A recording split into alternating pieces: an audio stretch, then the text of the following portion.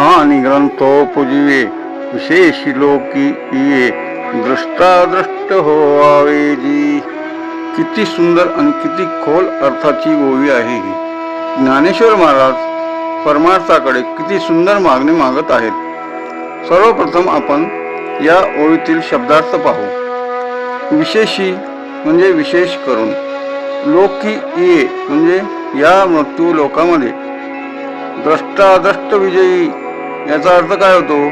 द्रष्ट म्हणजे काय? जे डोळ्यांना दिसते, म्हणजे हे भौतिक जग जे डोळ्यांना दिसते, आणि अद्रष्ट म्हणजे जे डोळ्यांना दिसत नाही, म्हणजे आध्यात्मिक किंवा पारलौकिक जग.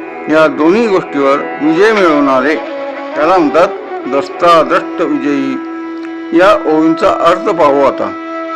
जे लोक ग्रंथाच्या आधारे जीवन जगतात आणि सन्मार्गाचा प्रचार करतात, त्यांना या जगामध्ये द्रष्ट म्हणजे भौतिक प्रपंच आणि अद्रष्ट म्हणजे पारलौकिक आणि परमार्थ अशा दोन्ही बाबतीत विजय प्राप्त व्हावा असे श्री ज्ञानेश्वर महाराज म्हणत आहेत.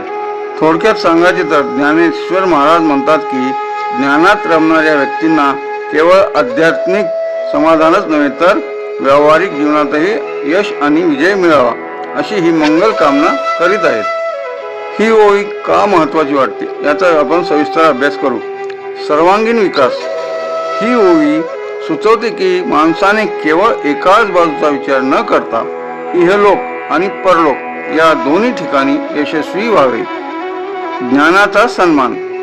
समाजात ज्ञानाची कदर व्हावी आणि ज्ञानी माणसाला प्रतिष्ठा मिळावी हा विचार यातून स्पष्ट होतो. ज्ञानेश्वर माऊली ज्ञानराज माऊली तुकाराम.